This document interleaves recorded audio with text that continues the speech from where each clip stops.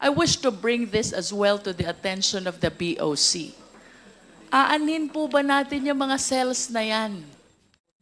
Yung mga blankong yan, kung hindi po natin uobligahin ang mga parties concerned to fill in the necessary and accurate information.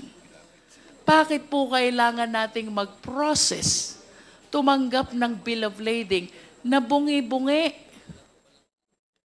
So that in case of illegal kargamento or contraband, hindi maintindihan kung sinong hahabulin. And the worst scenario is, the people in between, naghanap buhay lang, natuwa dun sa kita nila. Like the consignee for hire, like the custom broker, both are totally